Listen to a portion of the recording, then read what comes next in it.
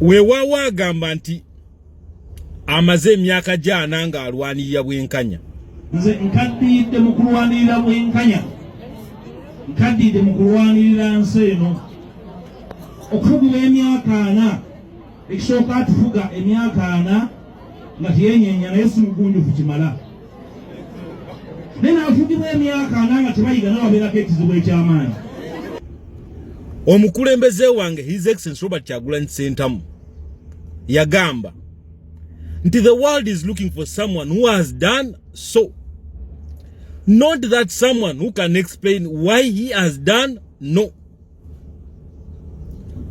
Owekitiibwa ono oba yeeyita owekitiibwa is only lamenting, explaining why he has done no. Gwe noddira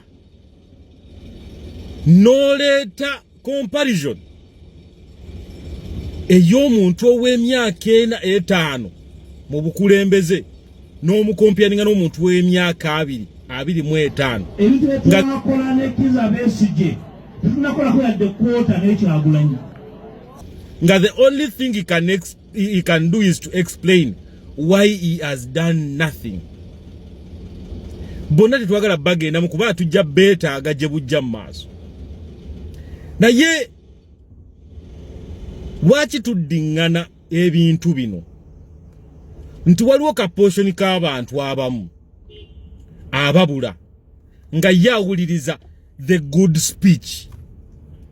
Awo twavaawo dda, twava dda ku muntu okwogera obulungi ne tuva ku muntu okwepresentinga nga bwali, ne tuva ku b'amataayi n'ab'amasuuti ne tudda ku biki byokola. Era omukulembeze waffe atugamba tuli balabira ku bikolwa byabwe. Bano, they are already at the level of incompetence. They cannot add on. Okujjako basobola okukola ekintu kimu, they go into a sabbatical. Basooke bave ku media, basooke bave mu kwogera, basooke bave mu buli kimu. Kiwanti basobola okikola. Tubaddiŋŋana baleme kubuza abo abatono kubanga politics is all about numbers. N'abo abatono abayinza okubula baleme kubula kubanga tukola kyonna ekisoboka buli muntu abeere ku saidi yaffe, either mu bikolwa, mu kwogera na mu nsonga endala zonna. So tujja kuddiŋŋana ebintu bino nga tukuba abantu bano n'obulimba bwe bakozesa paka bwe tunaabateeka ku ttaka.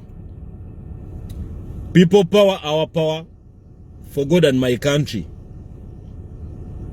It's the protest vote.